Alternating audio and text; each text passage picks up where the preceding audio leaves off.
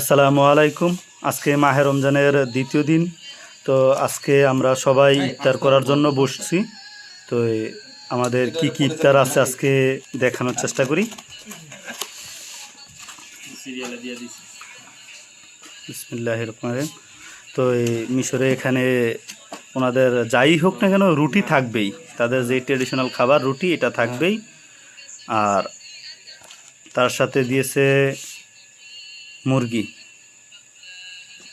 Big size, খুব সুন্দর fry করে মুরগিটা দিয়েছে, খুব সুন্দর। তার সাথে দিয়েছে পাস্তা, তার সাথে আছে পাস্তা। তো মাশাল্লাহ আজকের দ্বিতীয় দিনের ইফতার। তো আমরা সবাই অপেক্ষা করতেছি, আজান দিলে ইনশাল্লাহ সবাই ইফতার শুরু করব।